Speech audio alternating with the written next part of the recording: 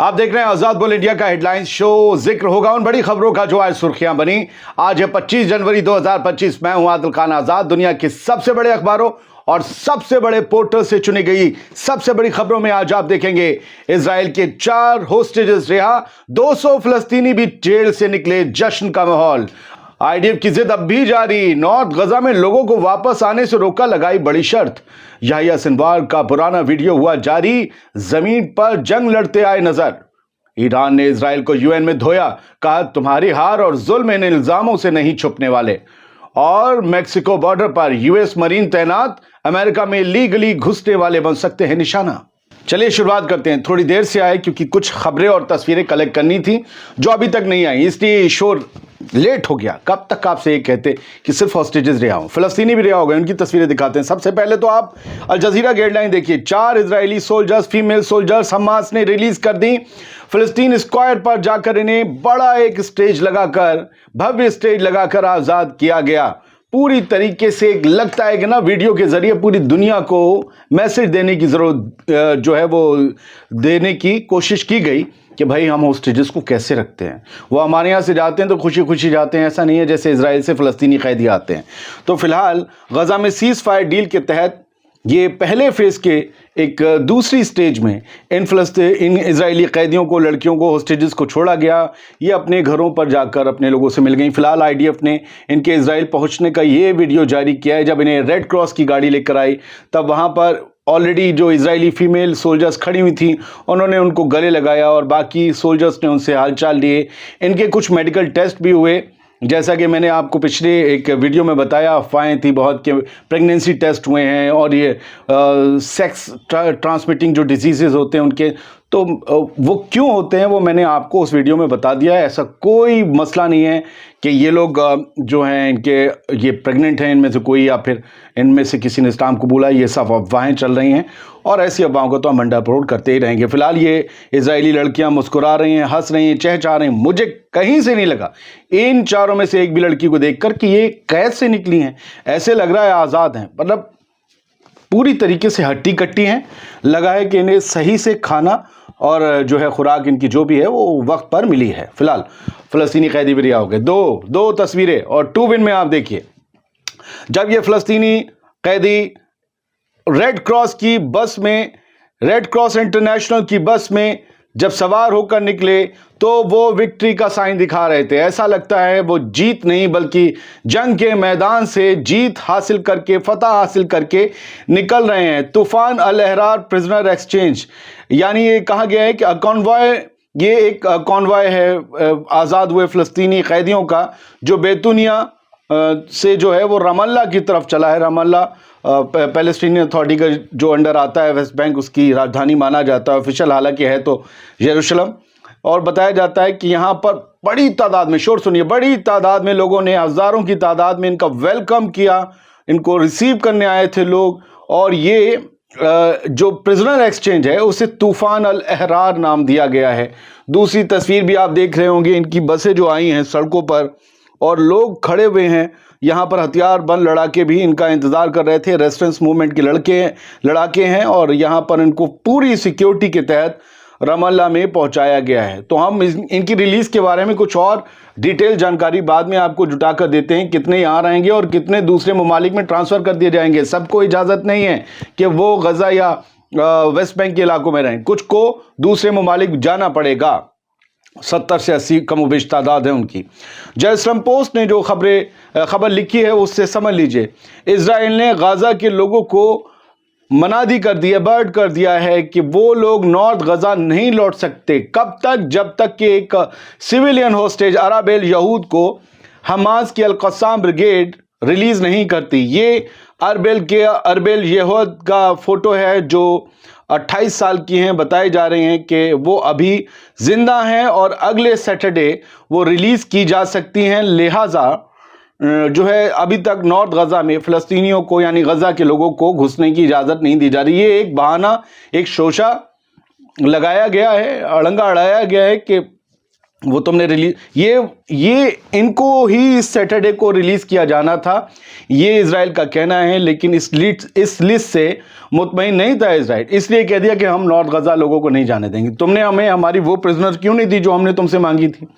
ہم نے آپ کو کل ہی بتایا تھا، جو لسٹ بھیجی ہے حماس نے اس پر مطمئن نہیں ہے، آج صبح بھی آپ سے کہا تھا اسرائیل مطمئن نہیں ہے۔ تو اس فیمیل کی وجہ سے، 28 سال کی ان فیمیل کی وجہ سے اسرائیلی حکومت نے، IDF نے اڑنگا لگا دیا ہے نارتھ غزہ میں غزہ کے لوگوں کی واپسی پر۔ اسرائیلی اب دوسری خبریں آ جائیے، ادھر سے ہٹ رہے ہیں ہم، یہ ہو گیا ہوسٹیج ڈیل ہو گئی۔ ابھی اسرائیل نے جس طریقے سے قریباً ٹنوں ٹن بارود اور بم گرایا ہے غزہ میں، وہ سب پھٹا نہیں ہے، کچھ ٹھس پھس ہو گیا تھا اس وقت، نہیں پھٹا، لیکن وہ کبھی نہیں پھٹے گا، ہمیشہ ٹھس رہے گا، ایسا نہیں ہے۔ تو وہ بم کئی جگہ پڑے ہوئے ہیں، وہ میزائلیں کئی جگہ پڑی ہوئے ہیں جو غزہ کے لوگوں کے لیے اب مشکل کا سبب بن سکتی ہیں۔ کہا گیا there are 50 million tons of debris that contains unknown dangerous items۔ 50 million ton ملبہ ہے جس کے اندر کچھ خطرناک آئٹمز بھی ہو سکتے ہیں جو گرائے گئے، ایک ساتھ مان لو 4 گرائے گئے، 4 میں سے 3 پھٹے، ایک نہیں پھٹا، اس کا موڈ نہیں تھا، وہ نہیں چاہتا تھا کہ غزہ کے لوگوں کی جان لیں، اس کی وجہ سے کچھ لوگ تو بچ گئے ہوں گے۔ خیر، Israeli unexploded bombs threaten returning resident safety in Gaza. جو لوگ اپنے گھروں کو غزہ میں لوٹ رہے ہیں ٹینٹ سے یا پھر اور جگہوں سے، جن کے گھر تباہ ہوئے بام سے، ان کے گھروں کے ملبوں میں کئی بامز ہو سکتے ہیں جو زندہ ہیں اور وہ کبھی بھی پھٹ سکتے ہیں اور بڑی تباہی سیز فائر کے دور میں بھی مچا سکتے ہیں۔ اب کچھ رینڈم خبریں ہیں۔ ایران نے UN میں دھو دیا ہے اسرائیل کو اور کہا ہے کہ تم جو ایلیگیشنز لگا رہے ہو وہ بیس لیس ہیں، کیونکہ اسرائیل نے کہا تھا کہ لبنان کو ایران نے اسمگلنگ کے تھرو ہتھیار پہنچائے ہیں، تب وہ جا کر اتنا مضبوط ہوا، تب اس نے ہمارے جو ہے نارتھ کے علاقوں کی ایسی تیسی ماری ہے، ناس مار کے رکھ دیا ہے۔ تو ایران نے کہا UN میں، جو ان کی UN میں انوائے ہیں ایران کے، انہوں نے صاحب یہ جو چشمہ لگائے بیٹھے، انہوں نے ایران کے امبیسڈر ہیں، پرماننٹ ریپرزنٹیٹیو ہیں یونائٹڈ نیشنز میں عامر سعید ایروانی، انہوں نے کہا کہ آپ جو بات کر رہے ہو نا، وہ خواب و خیال کے خاکے سے کھینچ کر زمین پر حقیقت کی کچھ لکیریں کھینچو اور بتاؤ کہ جو افسانہ ہے وہ کیسے حقیقی شکل لے گا، تم کیسے یہ ثابت کرو گے کہ تمہارے جو الزام ہیں وہ حقیقت کا آئینہ ہے؟ ارے کوئی ثبوت تو ہوگا بھیا، ہم نے ہتھیار دیے، تمہاری شن، بیٹ، منہ، ساج یہ سب کیا کر رہی تھی؟ تو بیس لیس ایلیگیشن لگانا بند کرو، فیکٹ ہے تو بتاؤ، ہم بھی آپ کو فیکٹ کے بیس پہ ہی نیوز دیتے ہیں، انتظار کرتے ہیں جب تک فیکٹ نہیں آتا۔ نہیں، ڈونلڈ ٹرمپ امریکہ کے جب سے صدر بنے ہیں 3-4 دن سے کچھ نہ کچھ ایگزیکیوٹیو آرڈر، ایسے لگتا ہے بندہ صرف 6 مہینے کے لیے پریزیڈنٹ بنا ہے، سب کچھ بدل کر رکھ دینا چاہتا ہے۔ اب دیکھیے ان کے فورن ڈپارٹمنٹ نے کیا کیا ہے، دنیا بھر کو جو ایڈ جاتی تھی، جن ممالک کو جاتی تھی ایڈ امریکہ سے، اس میں سے صرف مصر کو اور اسرائیل کو چھوڑ کر سب کی ایڈ کاٹ دی ہے، کٹ، کسی کی پوری، کسی کی آدھی، کسی کا پوا، کاٹ دی ہے، لیکن مصر اور اسرائیل کی نہیں۔ یہ دونوں امریکہ کے لیے بہت محبوب ہیں اس وقت، دونوں پر بہت محبت بھی آ رہی ہے، کرم بھی ہے، لیکن ان دونوں کی جغرافیہ کو دیکھیں گے آپ، بیچ میں کیا ہے؟ دونوں کے بیچ غزہ ہے، غزہ، مصر، سینائے، غزہ اور پھر اسرائیل کے قبضے والے علاقے۔ یہ کیوں ہو رہا ہے پتہ نہیں۔ حماس نے یمن کے انصر اللہ موومنٹ کو جیسے امریکہ نے پھر سے ٹیررسٹ لسٹ میں ڈالا ہے تو حماس نے اسے کنڈیم کیا ہے، نندا کی ہے کہ یہ نہیں ہونا چاہیے تھا، یہ جو آپ کر رہے ہو غلط ہے۔ وہ کیا کر رہے ہیں؟ اپنی زمین سے ہماری حمایت میں لڑ رہے ہیں، ہماری زمینیں قبضائی جا رہی تھیں، آپ کچھ نہیں بولے۔ جب ہم نے اٹیک کیا تو آپ کو تکلیف ہوئی، جو تکلیفیں ہماری 75 سال کی ان کا کیا؟ خیر یہ خبر تھی، یہ بھی بتا دی ہے۔ پریس ٹی وی کی خبر ہے کہ لبنان کی آرمی نے اسرائیلی جو منشا ہے اس کو تھپڑ مارنے کی کوشش کی ہے، لیکن نندا سے کہا ہے کہ آپ سیز فائر جو طے ہے، معاہدہ طے ہے، کل 26 جنوری میں آپ نے باہر نکل جانا تھا، آپ باہر نہیں جا رہے ہو، کیا طریقہ ہے؟ کوئی اچھی بات تھوڑی نہ ہوتی، شریف آدمیوں کو تو وہ ہنسنے لگے، اسرائیل والے شریف ہیں، یہ جنگ ہے، جنگ میں شرافت سے کام نہیں چلتا، یا تو آدمی پیچھے ہٹتا ہے یا آگے بڑھتا ہے، ہم آگے بڑھ چکے ہیں، اب پیچھے نہیں ہٹ رہے ہیں، 1 مہینہ اور چاہیے، یہ ہم نے امریکہ سے بھی کہا ہے तुमसे भी कह रहे हैं, लेकिन लेबनानी आर्मी कह रही कि ये गलत है, तरीका सही नहीं। तो बोले तो क्या करोगे? फिर उसके बाद कुछ नहीं हुआ, न्यूज़ भी हम हटा रहे हैं। ये वाली क्लैश रिपोर्ट ने वीडियो जारी किया और बताया गया कि यूएस मरीन फोर्सेस को मैक्सिको के बॉर्डर पर डिप्लॉय किया गया है। मैक्सिकन बॉर्डर पर ये सब लोग इलीगल इमिग्रेशन से कॉम्बैट करेंगे, इलीगल इमिग्रेशन को रोकेंगे। मैक्सिको को लेकर डोनाल्ड ट्रंप ने अपनी पहले दौरे सदारत में भी बड़े सख्त इक़दाम किए थे, लेकिन अब जो है उन्होंने जिस तरीके से डिपोर्टेशन पॉलिसी को मजबूत किया है कि जो लोग इलीगल इमिग्रेंट्स हैं उन्हें हम घुसने नहीं देंगे, मैक्सिको का बॉर्डर मजबूत करेंगे। यहाँ पर मरीन कमांडोज आ रहे हैं और बाकी एलीट कमांडोज आ रहे हैं। क्यों आ रहे हैं? अगर आप आगे बढ़े तो हम गोली मार देंगे, यही होगा। अल जजीरा ने एक वीडियो जारी किया है। अब जरा बात करते हैं इसकी। हमास के कमांडर मोहम्मद दाइफ, जिन्हें कई बार मारने का दावा किया गया, उनका एक वीडियो जारी करके बताया गया है कि मोहम्मद दाइफ गजा में हो रही इस जंग की स्ट्रेटजी को तैयार कर रहे थे और वो पूरी तरीके से एग्जीक्यूट भी कर रहे थे। उनके ही इशारे पर जो है वो मिशन अंजाम दे रही थी अल कस्साम ब्रिगेड। ये बताया गया कि 7 अक्टूबर 2023 के बाद तक तो मोहम्मद दाइफ जिंदा थे। अब अगर इसके आगे भी वो और कोई वीडियो लाते हैं सीज़फायर के बाद का, तो कंफर्म हो जाएगा कि इजराइल का अब तक का हर दावा मोहम्मद दाइफ को मार देने का झूठा है।